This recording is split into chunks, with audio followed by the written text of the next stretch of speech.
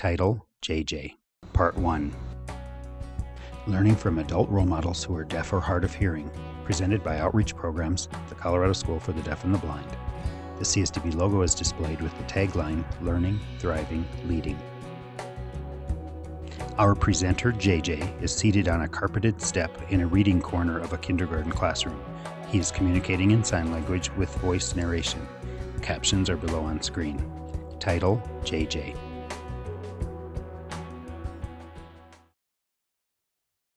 Hello, my name is Joseph Bryan, JJ for short. I'm from Memphis, Tennessee, but I work here in Colorado at Colorado Springs, here at CSDB, the Colorado School for the Deaf and the Blind, as a school guidance counselor.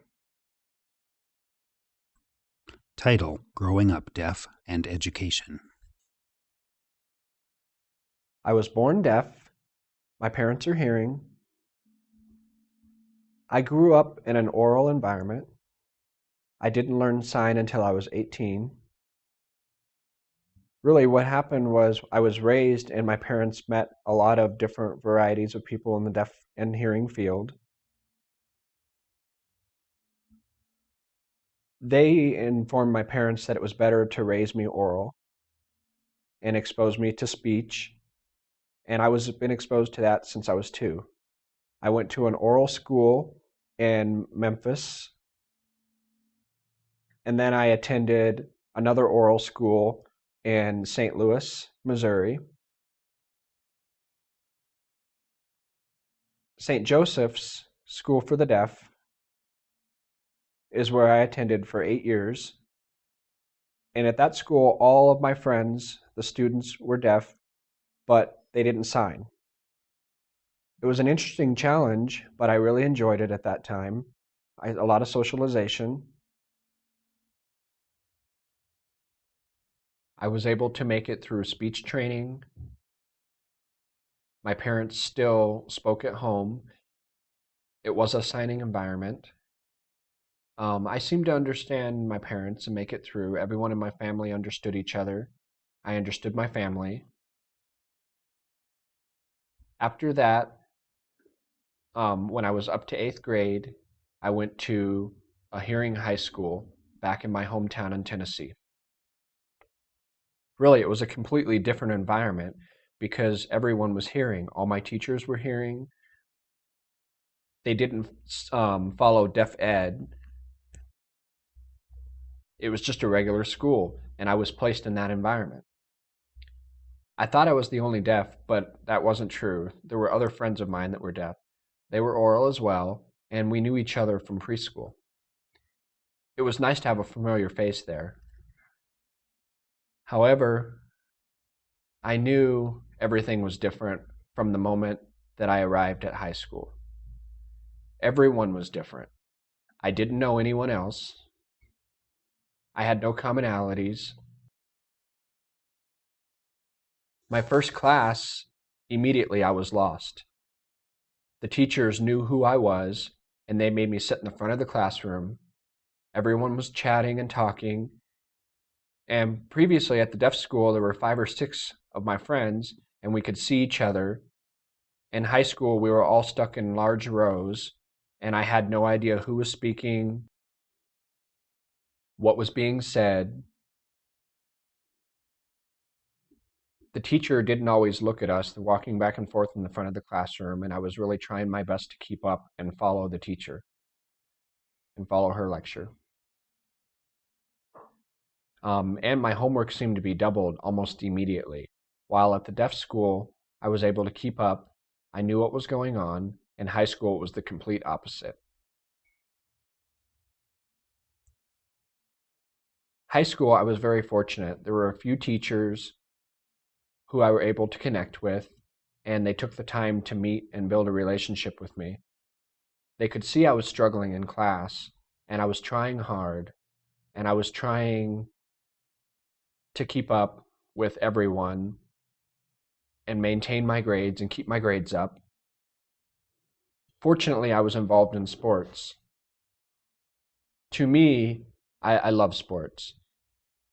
Soccer, football, basketball, really mostly soccer. That's where I really shined. I played soccer throughout high school. I really stood out while in the classroom. To be honest with you, I didn't really participate in class lectures. I was quiet. I didn't feel like I really belonged in the classroom. At the deaf school, I was very involved in the class, asking questions, active. In high school, sports was really just enough for me. Those teachers that I built a relationship with made me feel like I could do it. I could make it through high school. My junior year, I was really looking forward to graduating. My senior year, the day I graduated, I was so thrilled just to be done with school. I went to the University of Tennessee in Knoxville. And of course, it was another hearing environment. I thought since I did well in high school, I could do well in college. Really, the first day of class, I found out how wrong I was. There were 400 students in an auditorium-style class. And I remember very well, it was a sociology class. And I remember thinking clearly, what did I get myself into? In high school, I had no interpreters, and in college, I thought I could do the same. I tried for about a month with no interpreters. Really, it was the same as high school, but I wasn't successful. Obviously, my grades were suffering. So finally, I built up the courage to go to the disabilities office in Tennessee. Previously, my dad had encouraged me to register with the OASIS office, but I refused. Now, having that month of experience, I realized I needed additional support. When I went to the office, I talked to the secretary, and the secretary said that they provided note-taking, interpreters, anything I needed. And I said, I want a note taker. That's all I need. And the lady said, you didn't want an interpreter? I had no idea what an interpreter was. I had no idea what an interpreter does. She showed me a demo, and I remember thinking, really, I didn't feel comfortable because I didn't know sign language. So I decided to take an ASL class, and they put me in an ASL class. I learned sign. At the same time, I had interpreters in my other classes, and really, it was an overwhelming experience. I was getting more information than before, and I was really excited to learn. And in high school, I realized I missed out on a lot.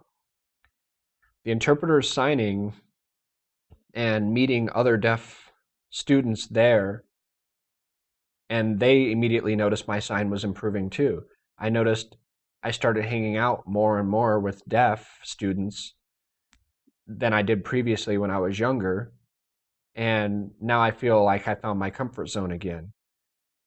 Going through Tennessee, I socialized with hearing and deaf, but mostly with the deaf. I didn't realize with interpreters I could learn so much. I was able to have access to information I didn't have previously.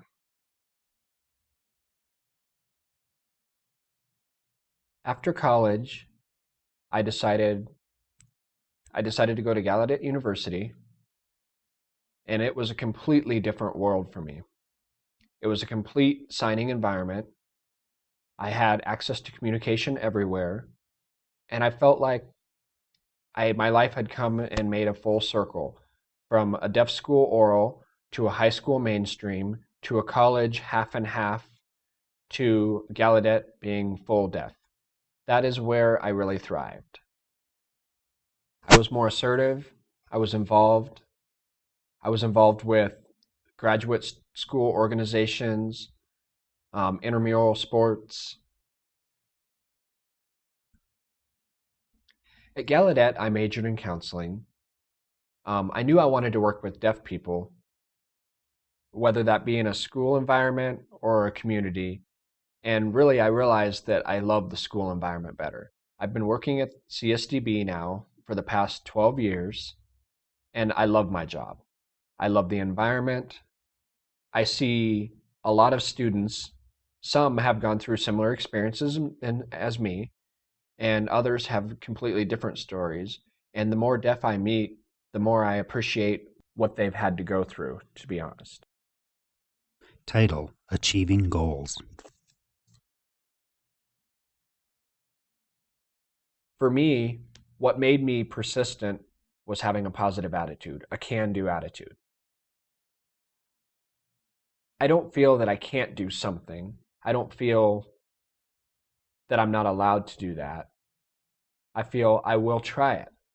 I will do it. Even though there might be some challenges, like, for example, outdoor related. It might be dangerous, but I'll still try it. You never know. I might like it. I can't say I don't like it because I haven't tried it. I have to try something, and then I can say if I like it or not. That's kind of my perspective on life. Title: Being Deaf.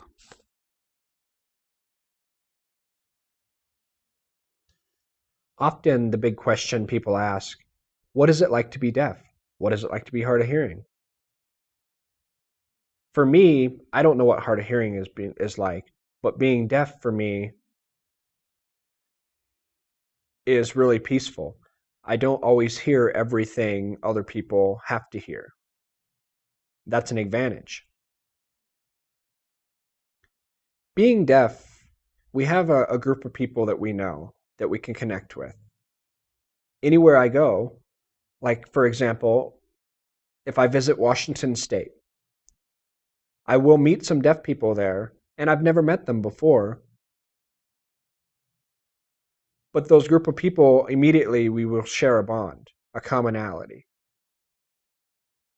For me, I think that is really, really cool. Often hearing people don't get it, and they probably never will.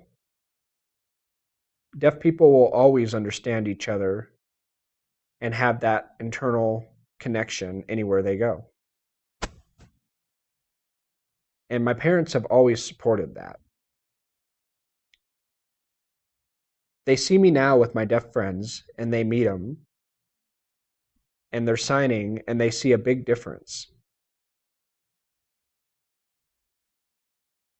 They see more laughter, more communication, and they see that I'm not left out. And I think that's really important. Learning from adult role models who are deaf or hard of hearing has been a production of the Colorado School for the Deaf and the Blind, 33 North Institute Street, Colorado Springs, Colorado, 80903, 719-578-2100, www.csdb.org. Videography by Deb Branch and Sean Levier, copyright 2014.